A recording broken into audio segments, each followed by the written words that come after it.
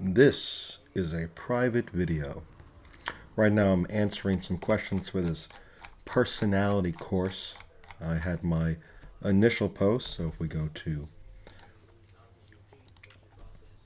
my name over here, we have my post here. I was actually thinking, does it answer three prompts? We're supposed to touch on three things, three concepts of Freud and personality.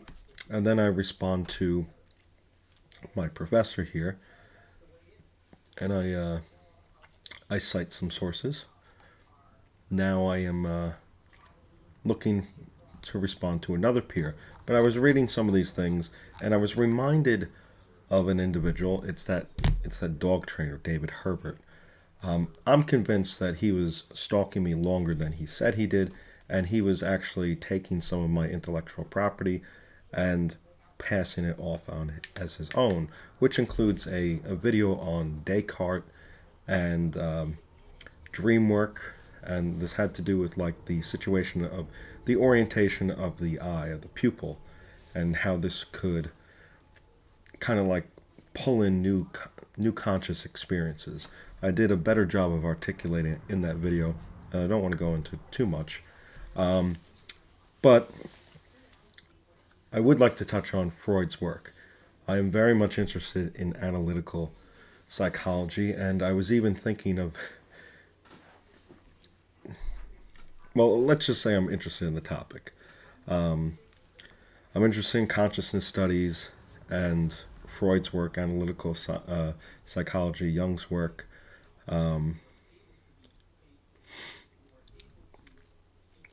And I believe that it is possible that some of these subconsciouses, as part of the psychoanalysis, are actually from people who aren't in the room. This could be radio waves. This could be, from the telephone wire, the fax number, a cell phone, a television in the other room. And so when I search Matthew Leonard Joya, this guy has posted a channel in my honor. It's absolutely disgusting that this guy has spent hundreds of hours going through some of my. Here's a conversation where I talked to my father about Long Island hospital grades. It's 46 minutes and has nothing to do with this individual. Here's one where I'm trying to contact Stony Brook Hospital because there's an incorrect statement on my medical records that indicates I smoke marijuana, and I'm trying to have it corrected. Here's one where I try to obtain police records where I show here, and you can see barely in these two things are, I had called 911, and these are text communications with 911 on November 2nd, and this one I believe is on November 15th, and here are my FOIL request for those records, and they say they don't exist. This has nothing to do with this individual. Here's me calling Starbucks on the day, December 27th, 2020, I was assaulted by the police. And I was calling the Starbucks to see if they had security cam footage of that night. This has nothing to do with this David guy. But he downloaded these things. He combed through them. And like some of them he, let's see. Where's the one where he says I have a long history of violence?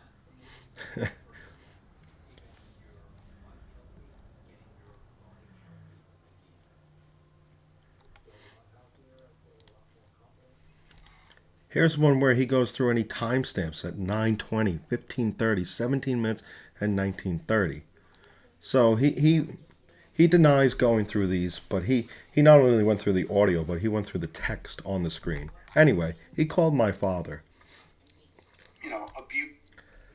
And keep in mind, my communication with this guy is, I wrote a review on him on Google.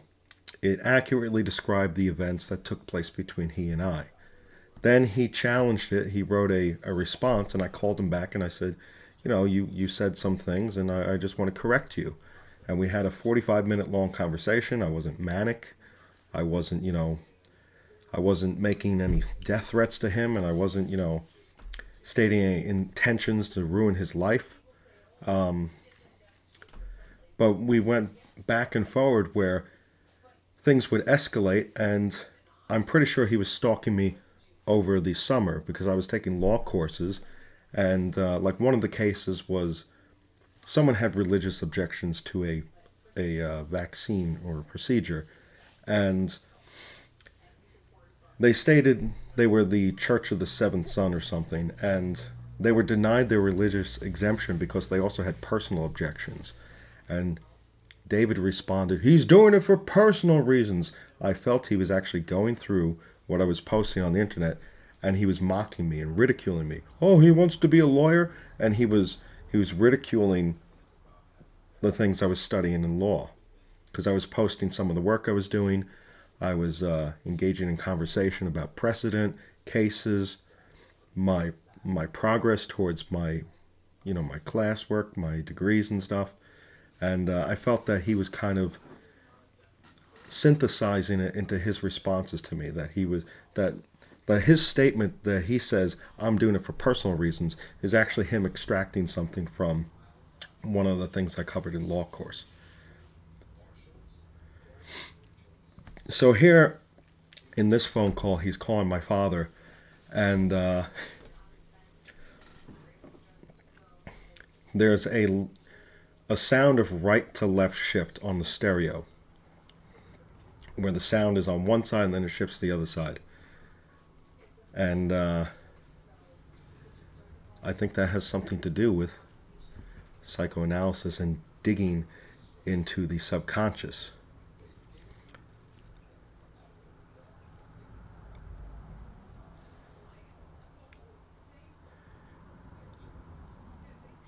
And that's all we're going to say about that. That took all 7 minutes. His dog This guy sounds a lot like a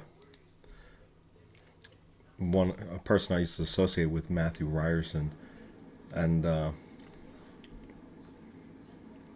it's a disgusting situation because this guy actually did harm my dog, and he's getting away with murder type thing. Like, he's not being sent to prison. He's not facing any fines. He has a Google review that will be forgotten in a year or two if he just lets it be.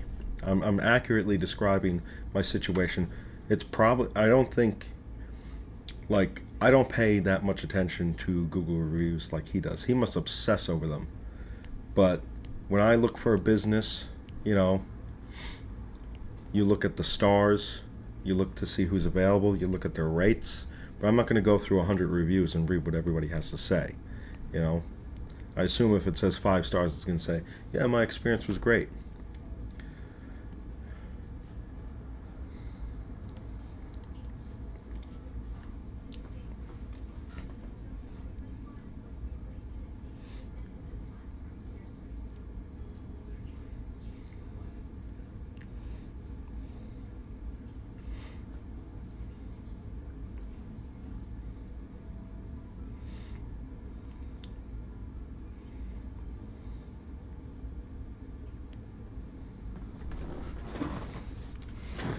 What I was going to say with the psychoanalysis, so I'm commissioning an artist to do this thing. It's a picture of here, let me bring you to Fiverr. And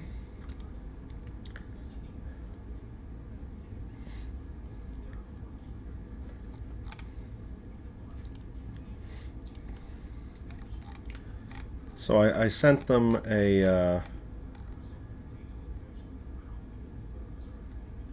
they're going to draw this portrait view of a head, and then they're going to draw a ring indented into the head, and inside the ring is going to be a picture of the parents. And this is supposed to be a metaphor. It's supposed to be symbolic of executive control, where an adolescent doesn't have a fully developed prefrontal cortex, so a lot of their decisions are influenced by their parents, their guidance of the parents, or some sort of adult, some sort of guardian. And I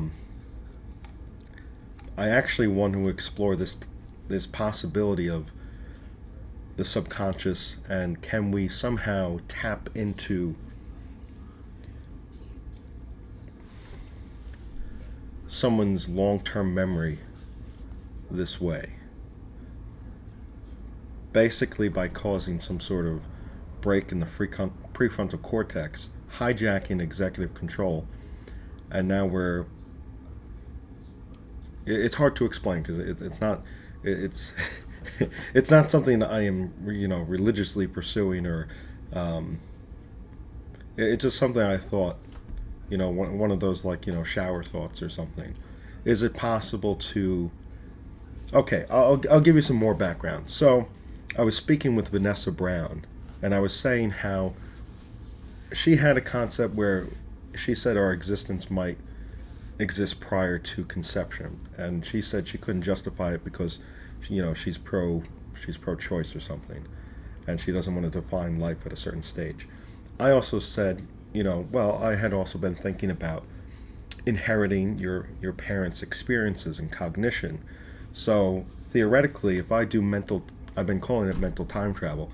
If I think in forward direction, most of my guesses of the future are based on predictions. So where's the stock market going? Where's technology driving us to? Do I predict that we're going to have flying cars in the next 10 years? Do I predict that I'm going to be married in the next 5 years? Do I predict that I'm going to have a job in the next 5 years?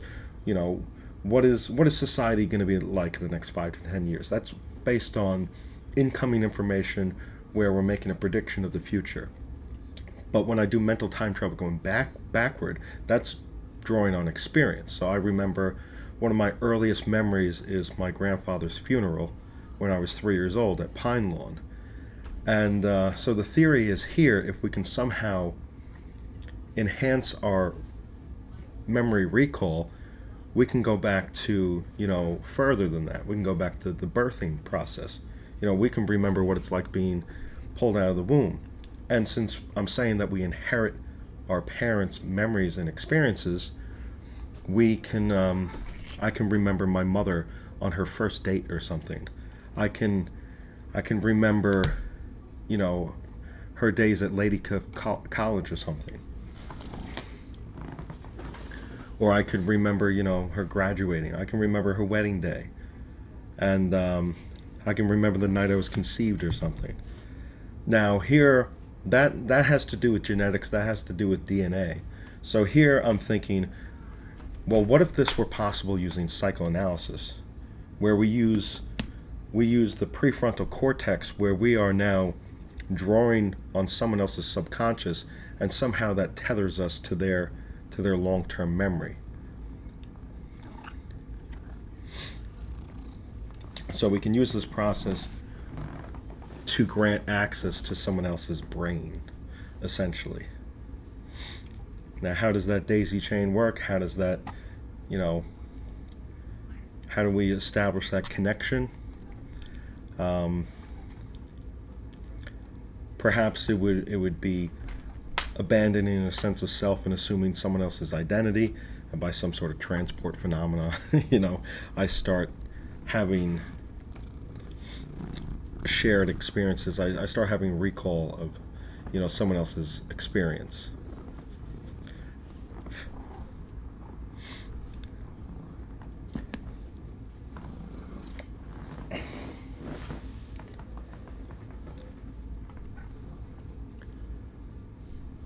It's not something I want to completely expand on because I'll be ostracized. I'll be called, crazy or something. It makes more sense to explore experiential memories from the point of genetics, where I could say, what if junk DNA contained experiential memories of our parents, and they're inherited at birth, and this is why some people have, recollection of past lives. You're actually recalling, like, your great grandfather or something, and perhaps it's only, perhaps maybe it's maternal DNA or something. So maybe that's why in past lives you might recall being a different gender or something. I don't know. I spoke to my father about this. I was like, Matt, you don't believe this, do you? I'm like, and like I just felt so embarrassed and so ashamed. But I thought that was the point of, scientific inquiry.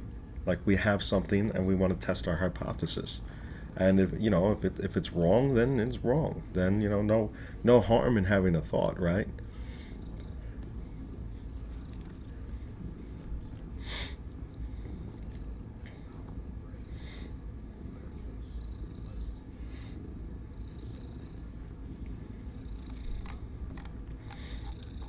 So actually,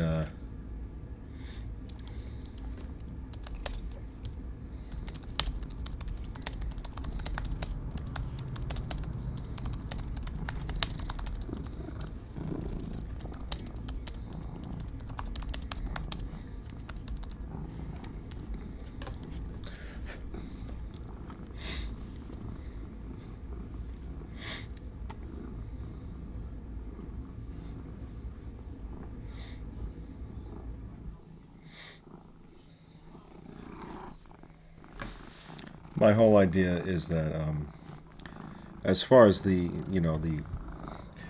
subconscious drawing from someone else's experience, if we think of sound caught in I'll shut up now.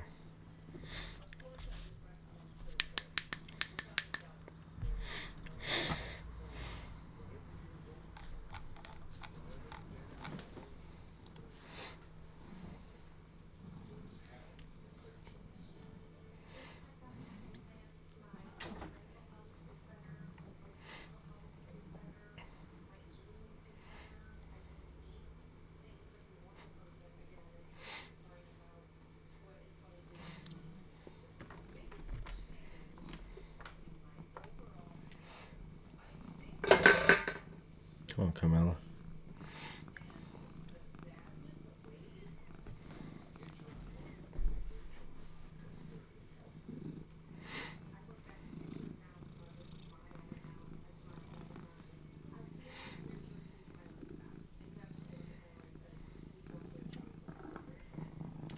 I kind of want to relate, the prefrontal cortex to the mind brain problem.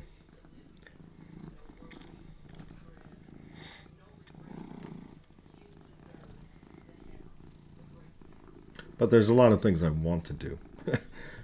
What I'm actually going to do, I'm probably going to adopt a philosophy of, the best dissertation is a done dissertation. Most of my most of my work will be, what the assignment requires me to do, and it's not going to engage my imagination. And basically, that has something to do with security, where I want some security under my feet. And once I graduate, once I have my doctoral, then I'm free to do whatever I want. I can spend all my time researching.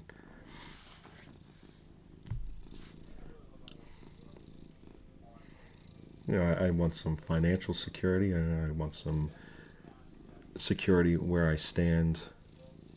Um,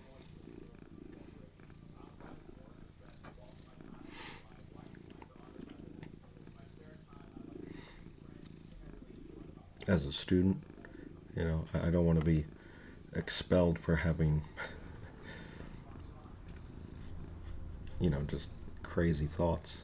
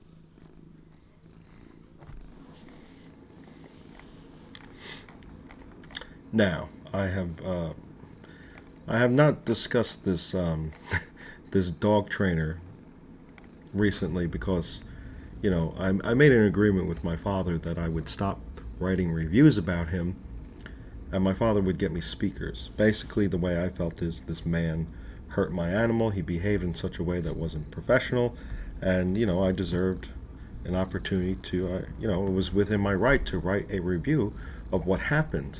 And this person went out of their way to, discredit my review by, skimming through all these videos, going through um, my criminal history, doing like a background search on me, calling my parents, and all these things, and it's causing some discord in the family. And but he started a correspondence on Christmas, and he made some accusations that I was sexually infatuated with him. That's not true. I certainly have no sexual desires towards him, but he mentioned something how his lawyers think that I am the weirdest antagonist in his life, and there's something called working the system. I truly think that he's trying to be Doctor Strange or Doctor Doom, that he's the protagonist, that he's the hero in his narrative, and that Doctor Strange is Sigmund Freud, and well, a disciple of Freud. Not that he's Freud himself. He's a student of Freud. He's a neurosurgeon, and Freud is a neurologist, and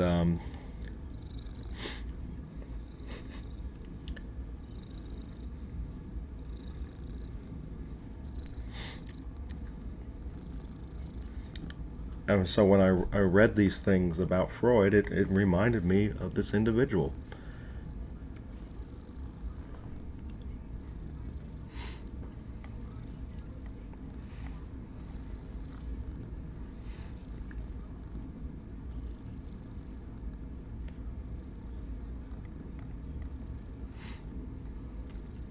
Speaking of which, wow, Doctor Doom is fucking powerful. He can tilt the world on its axis. Regular Doctor Doom is too strong for the MCU. There's a guy who does this thing, too strong for the MCU. He's too strong for the MCU.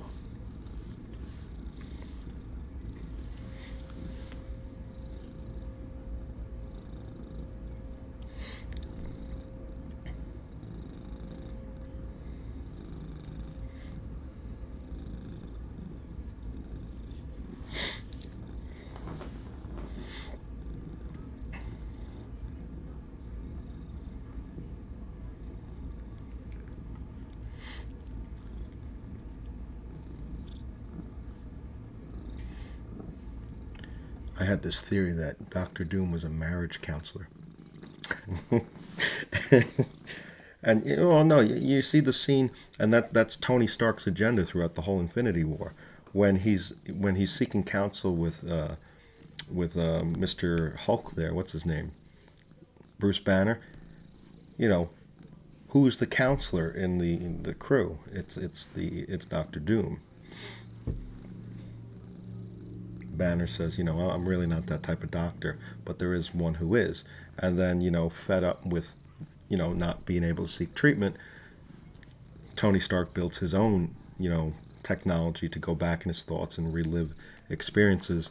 They just had Civil War on television, where his parents died. And he remembers the day of their death or something, and he's playing the piano or something, or they're conversing by the piano. His mother and father, John Slattery and stuff.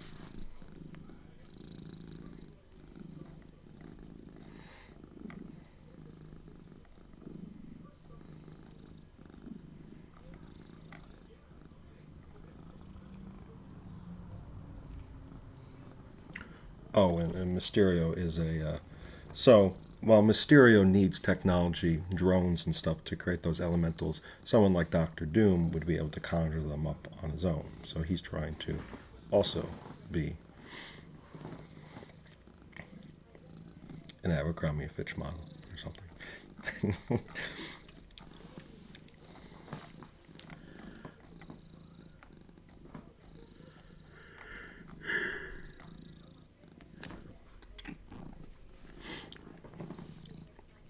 The other theory is that they're all part of like PhD programs and stuff. So Peter Parker is looking for his chair committee. Is he going to pick Dr. Otto? Is he going to pick Tony Stark? That's what Tom Holland Spider-Man did. He wants to go to MIT. He wants to study under Stark.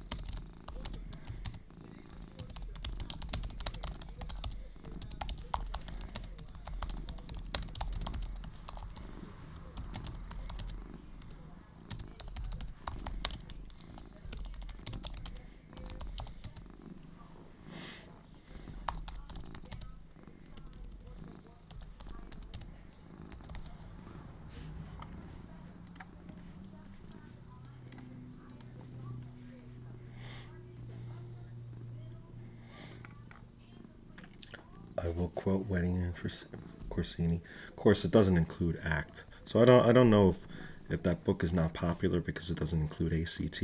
I guess is that the I I feel like that's very predominant amongst my peers. I just don't like that word. I think you have to be careful with naming things. This acceptance and commitment thing, it almost comes off as like don't blame other people for your problems type thing. And some people might not be looking to assign blame. They just, they want to heal. And by saying, acceptance, it almost like it comes across as, you know, you have to accept that you're responsible for the negatives in your life. And reading up on ACT, that doesn't seem what it is, but as I said, when naming something, I know a lot of you, you want to have, here's CBT and here's DBT and what's the rational, the ABCs of RBET or something. And the guy, threw in an extra letter just because he wanted it to be a mnemonic.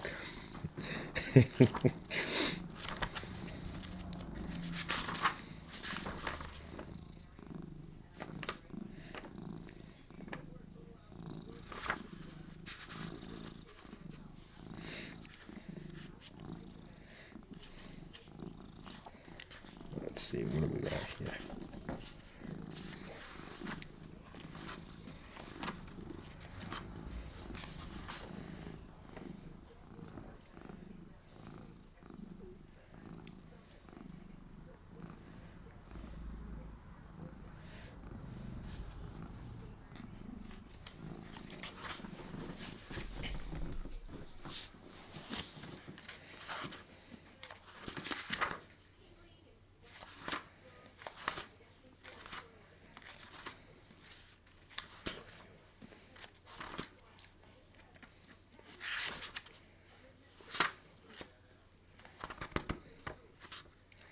My thoughts. There's this video of Rollo May talking about, the goal of the psychodynamic approach is Carl Jung and Sigmund Freud. They wanted to bring the subconscious to a conscious level, and he kept like reiterating that over and over. And when I was reading Wedding in Corsini, there's like a paragraph that touches on that. And so when I read Wedding in Corsini, what I would do is I would read the chapter summary. I would read the case example. I would read the intro section, and like some of the other areas like personality and psychotherapy. It's kind of like the DSM, where it has the diagnostic criteria on one page, and then it has like a breakdown on other pages of like associated features, diagnostic features, development and course, risk and prognostic factors. So it just kind of expands on some of the things that might be included in the. I try and read as much as I can, and I always make an effort. Like if I haven't read something, I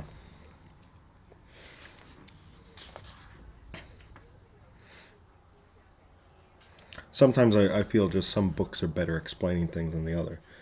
You know.